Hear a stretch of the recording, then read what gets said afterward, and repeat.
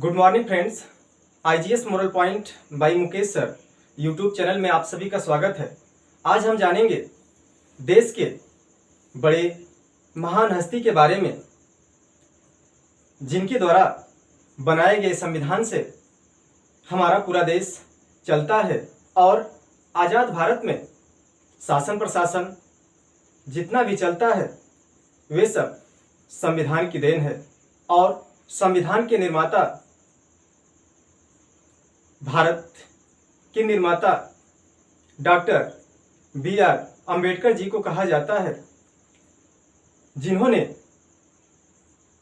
पूरे भारत के लोगों के लिए, महिलाओं के लिए, दलितों के लिए और तथा पूरे भारत को बनाने में इनका सहयोग है और इनका सहयोग समाज सेवा और भारत के निर्माण में सबसे बड़ा योगदान है और इन्हीं के हाथ में संविधान होता है और इन्हें भारत रत्न कहा जाता है। हम जानेंगे इनके जीवन काल और इनकी शिक्षा से संबंधित बातें और इनका संविधान में क्या क्या योगदान रहा और किस स्थिति परिस्थितियों से गुजर करके इन्होंने पूरे जीवन को जिया और आज शिक्षा के महारथी कहे जाते हैं, सिंबल ऑफ एजुकेशन कहे जाते हैं और शिक्षा ही ऐसी एक हथियार है जिसके द्वारा हम और आप जीवन में कुछ बन पाते हैं। अच्छे इंसान की नींव शिक्षा ही होती है। देखेंगे इनका जन्म 14 अप्रैल 1891 में महू मध्य प्रदेश में हुआ था, जो पहले के मध्य प्रांत और ब्रिटेन भारत कहे जाते थे और इनकी मृत्यु 6 दिसंबर 1956 में हुई और इनको भारत रत्न 1990 में दिया गया और इनके बचपन का नाम भीम और भीमराव एवं विवाह के नाम से जाने जाते थे और इनके पिताजी का नाम रामजी सकपाल और माता रमाबाई, जो रत्नागिरी महाराष्ट्र के निवासी थे और महार जाति से बिलोंग करते थे। महार जाति पहले क्या किया जाता था, महार जातियों से छुआछूत की भावना की जाती थी।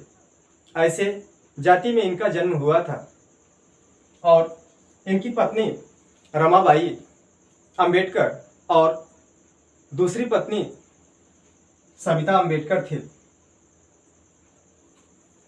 इसके बाद इनका एक बेटा यशवंत अंबेडकर और इनकी शिक्षा यूनिवर्सिटी ऑफ बॉम्बे से बीए किए थे और कोलंबिया यूनिवर्सिटी से एमए और पीएचडी, जो अमेरिका न्यूयॉर्क में पढ़ता है। लंदन स्कूल ऑफ एजुकेशन से एमएससी और डीएससी किए थे, डॉक्टर की डिग्री लिए थे और ग्रेस इन स्कूल से बैरिस्टर की पढ़ाई किए थे और अन्य प्रकार की इनके पास डिग्रियां थी और बताया जाता है कि इनके पास 32 डिग्रियां थी और इनको 9 भाषाओं का ज्ञान था। हम देखेंगे इनके जीवन काल के बारे में कि जब इनकी उम्र 5 से 6 वर्ष की थी तब इनके पिताजी रिटायर हुए।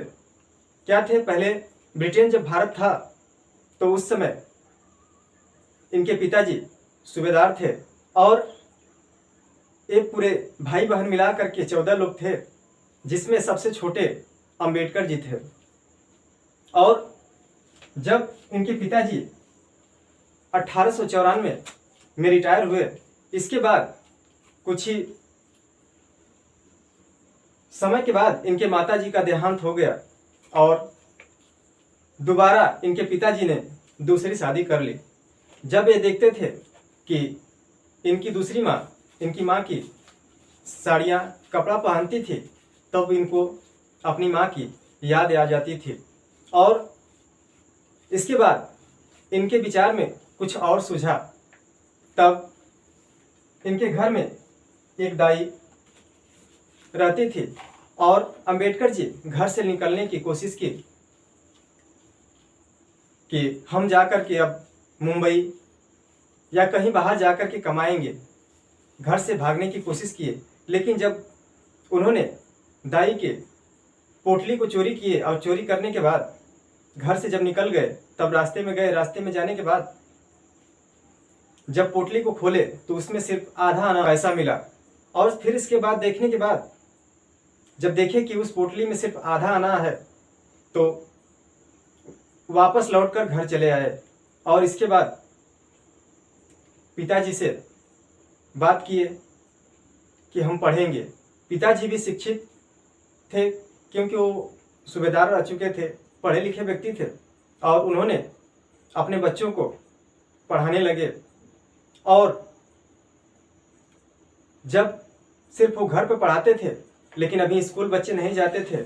लेकिन जब स्कूल में एडमिशन हुआ, कैसे हो गया? क्योंकि पिताजी सूबेदार थे और महार जाति को शिक्षा लेने का अधिकार भी नहीं था। शिक्षा लेने के लिए लोग जाते थे तो वहाँ लोग भेदभाव करते थे। फिर इसके बाद पिताजी ने एडमिशन करवा दिया किसी तरह करके। अंबेडकर जी स्कूल में जाते थे, तब वहाँ के टीचर और बच्चे इनसे छुआछूत करते थे। और जब अपने स्कूल में जाते थे पढ़ने के लिए, तब टीचर इनको बाहर बैठाते थे। और जब प्यास लगती थी तो पानी भी नहीं मिलता था। जब चपरासी रहे तभी पानी मिलेगा, अन्यथा पानी नहीं मिलता था। उनके मग को या जिसमें पानी रखा रहता है उनको छूना नहीं था, और ऊपर से पानी ही पिलाया जाता था। इतना छुआछूत था। इसके बाद आगे बढ़ते गए, अगली स्कूल में पहुंचे। इसके बाद इनसे मुलाकात एक गुरु ब्राह्मण कृष्ण केशव अंबेडकर से हुआ। जब उस स्कूल में गए तो उनके गुरु ने जब जान गए कि लड़का पढ़ने लिखने में अच्छा है, अपना नाम दिया अंबेडकर। क्योंकि अगर नाम नहीं देते तो ये बच्चा आगे नहीं बढ़ पाता। क्योंकि छुआछूत इतना आगे पनप चुका था कि अछूत जाति को पढ़ने का अधिकार नहीं था। तब इन्होंने अपना नाम दिया। तब आगे जाकर के अंबेडकर जी पढ़ने लगे और सर्वप्रथम high school university of Mumbai से इन्होंने किया। इसके बाद बम्बई यूनिवर्सिटी में दादा केलुस्कर से मुलाकात हुई, जो समाज सेवी और एक प्रकार के लेखक भी थे, पुस्तक भी लिखते थे। इनसे मुलाकात एक पार्क में हुआ और इन्होंने अंबेडकर जी से पूछा कि बच्चे तुम अकेले क्यों बैठे हो, अकेले बैठकर क्यों पढ़ रहे हो? तो अंबेडकर जी ने कहा कि हम एक अछूत जाति से आते हैं, महार जाति से आते हैं, और हमसे कोई बात तक नहीं करता है, और न हमारे साथ कोई बैठता है न पढ़ता है, और हमसे लोग दूर रहते हैं। तब दादा केलुस्कर ने इन्हें आगे बढ़ाने की कोशिश की और सर्वप्रथम दादा केलुस्कर ने इन्हें अपनी लिखी हुई पुस्तक बुद्ध की जीवनी को दिया। एक किताब थी बुद्ध की जीवनी, उसे अंबेडकर जी को दे दिए। और इनकी शादी 1906 में किससे हुआ? रमाबाई से इनकी शादी हो गई। आगे करके 1913 में अंबेडकर जी यूएस पढ़ने चले गए। कैसे पढ़ने चले गए? दादा केलुस्कर ने देखा कि बच्चा पढ़ने लिखने में अच्छा है। तब वो जानते थे कि बड़ौदा के गायकवाड़, जिनका नाम सयाजी राव थर्ड था, जो बड़ौदा के थे, और वो क्या करते थे कि बच्चों को स्कॉलरशिप पर विदेश भेजते थे पढ़ने के लिए। उस समय स्कॉलरशिप सिर्फ 25 रुपये प्रति महीने रहती थी और बच्चों को भेजते थे। तब वहाँ जा कर के दादा केलुस्कर ने गायकवाड़ जी से बात की और अंबेडकर जी को 1913 में अमेरिका भेज दिया गया पढ़ने के लिए। इसके बाद 1913 में इनके पिताजी का देहांत हो गया, मृत्यु हो गई। मृत्यु होने के बाद फिर इसके बाद थोड़ा सा डिस्टर्ब हुए और 1917 में स्कॉलरशिप खत्म हो गई, वापस चले आए। कहाँ से? अमेरिका से। क्योंकि ये नियम था कि सिर्फ 4 साल के लिए ही स्कॉलरशिप मिलेगी और वापस चले आए। गायकवाड़ जी के यहाँ जब पहुँचे तो गायकवाड़ जी का यही नियम था कि हम बच्चे को भेजेंगे पढ़ने के लिए और बच्चा जब पढ़ के आएगा तो हमारे यहाँ काम करेगा। और जब वापस आए तब गायकवाड़ जी से जब मिले तब वहाँ पर सेना सचिव बन गए। सेना सचिव बने और वहाँ पर जब सेना सचिव बने तो इनको भी लोग अभी भी अछूत मानते थे। वहाँ के जो छोटे वर्कर थे, इनसे छोटे वर्कर थे, वो भी फाइलों को फेंक कर देते थे और जिस मग से पानी सभी लोग पीते थे इनको पीने नहीं देते थे और बोलते थे कि तुम अछूत हो, तुम छुओ मत, इसमें से पानी मत पियो। फिर इसके बाद वहाँ से नौकरी छोड़ करके अंबेडकर जी 1918 में प्रोफेसर बन गए। कहाँ के? मुंबई के प्रोफेसर बने, पॉलिटिकल इकोनॉमी के। और जब ये प्रोफेसर बने, पढ़ाने के लिए गए, पढ़ाने के लिए जब पहुँचे तब बच्चों ने कहा कि हम एक अछूत से नहीं पढ़ेंगे। तब वहाँ के प्रिंसिपल जो प्रधानाध्यापक थे तो उन्होंने कहा कि सबसे पहले तुम लोग 1-2 दिन पढ़ के देख लो, अमेरिका से पढ़ के आए हैं। तब बच्चों ने पढ़ना शुरू किया। 1-2 दिन के बाद ही बच्चों के मन में पूरा बस गए और उनके फैन हो गए पूरे बच्चे। लेकिन अभी भी वहाँ के जो लोग टीचर थे इनसे छुआछूत के ध्येय से मुलाकात करते थे, बात करते थे और पानी पीने तक नहीं देते थे। आगे जाने के बाद 1920 में कोल्हापुर के साहू के सहायता से इन्होंने मूक नायक साप्ताहिक पत्रिका निकाली। साप्ताहिक पत्रिका अपने समाज को जगाने के लिए कि हमारा समाज जाग जाए और इनका मेन उद्देश्य था कि हमारे समाज को पूरा अधिकार मिले। और आगे चल के 20 जुलाई 1924 में इन्होंने बहिष्कृत हितकारिणी सभा की स्थापना की। इस सभा की स्थापना करने का यही उद्देश्य था कि एजुकेशन पहुंचा सके अपने समाज के लोगों को। और जब तक शिक्षा नहीं रहेगा तब तक समाज में आर्थिक तंगी भी रहेगी और समाज में कहीं सम्मान भी नहीं मिलेगा। बस यही इनका उद्देश्य था। और आगे चल के 20 मार्च 1927 को महाराष्ट्र राज्य के रायगढ़ जिले में दलितों को पानी पीने का अधिकार दिलवाया। क्या करवाए? कि पानी पीने का अधिकार दिलवाए। वो तो सार्वजनिक तालाब था लेकिन सवर्ण लोग उसमें दलितों को पानी पीने नहीं देते थे और सर्वप्रथम अंबेडकर जी ने दलितों को पानी पीने का अधिकार दिलवाया उस तालाब से। और इसके बाद सवर्ण लोग मंदिर में जाने नहीं देते थे अछूतों को, मानते थे कि ये अछूत हैं। स्त्रियों को पूरा कपड़ा तक नहीं पहनने देते थे, स्त्रियां पूरा तन ढक नहीं पाती थी। और स्त्रियों को भी अधिकार अंबेडकर जी ने दिलवाया कि तुम जैसे मर्जी तैसे कपड़ा पहन सकती हो। अंबेडकर जी ने महिलाओं को शिक्षा देने का भी अधिकार दिलवाया कि महिलाएं भी शिक्षित हो सकती हैं। और आगे चल के 1930, 1931, 1932 में अंबेडकर जी अपने समाज के लिए हक पाने के लिए गोलमेज सम्मेलन में गए तीनों बार गए हैं। यही ऐसे व्यक्ति हैं जो गोलमेज सम्मेलन में 3 बार गए हैं, 1930, 1931 और 1932 में। और साथ ही में एक बार अंबेडकर जी के साथ गांधी जी भी गए थे। और वहाँ पर जब गांधी जी अपनी बात को रख रहे थे और हिम्मत बना करके अंबेडकर जी ने अपने हक की मांग की कि जैसे अधिकार सवर्णों को और अन्य लोगों को दिया जा रहा है तो अछूतों को क्यों नहीं, हमारे समाज के वर्ग को क्यों नहीं। बस इनका यही उद्देश्य था कि समाज को अच्छा सम्मान मिले। और आगे चल करके जब यहाँ पर अपनी बात को रखे, फिर इसके बाद पूना पैक्ट अंबेडकर और गांधी जी के बीच में हुआ। पूना पैक्ट अंबेडकर और गांधी जी के बीच में हुआ 1932 में। और जब पूना पैक्ट हुआ उसमें अपनी बात को रखे थे अंबेडकर जी।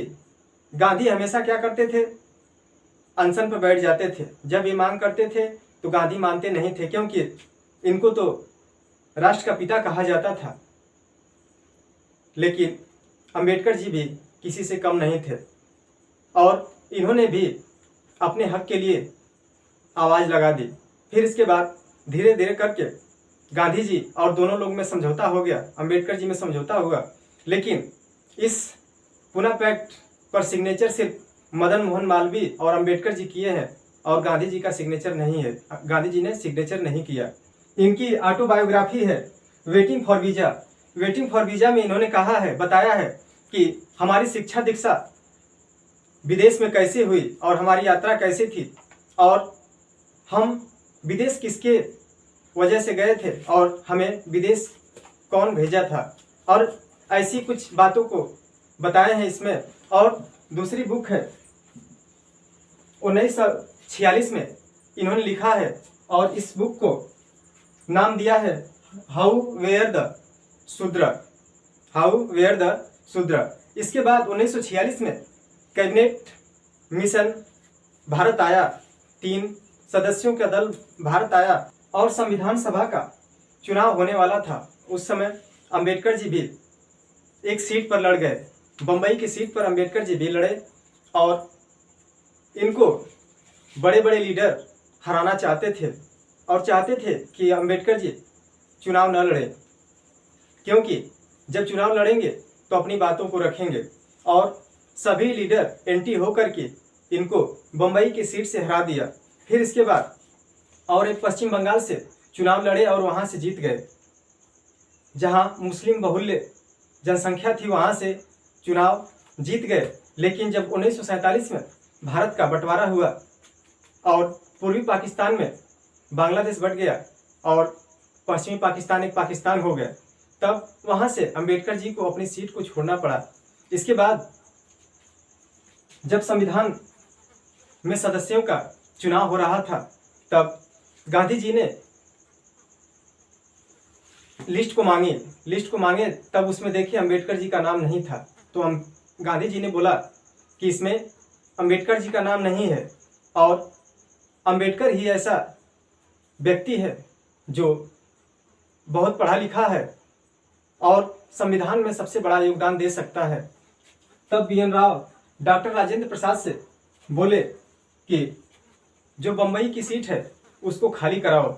और वहाँ बम्बई की सीट पर कौन जीते थे, BG खेर, जो बम्बई के PM थे।